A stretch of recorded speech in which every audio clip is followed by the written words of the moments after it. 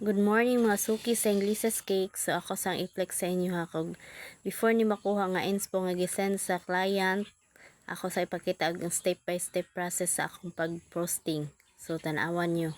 Yung ani akong pag-frosting sa akong mga customized cake.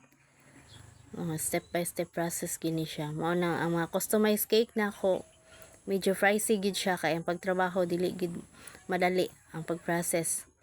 So, yun ana siya pag-process ang customized cake na ko. Mag-frosting pa lang daan, pati nang taasa sa oras ng na Google sa pag-frosting.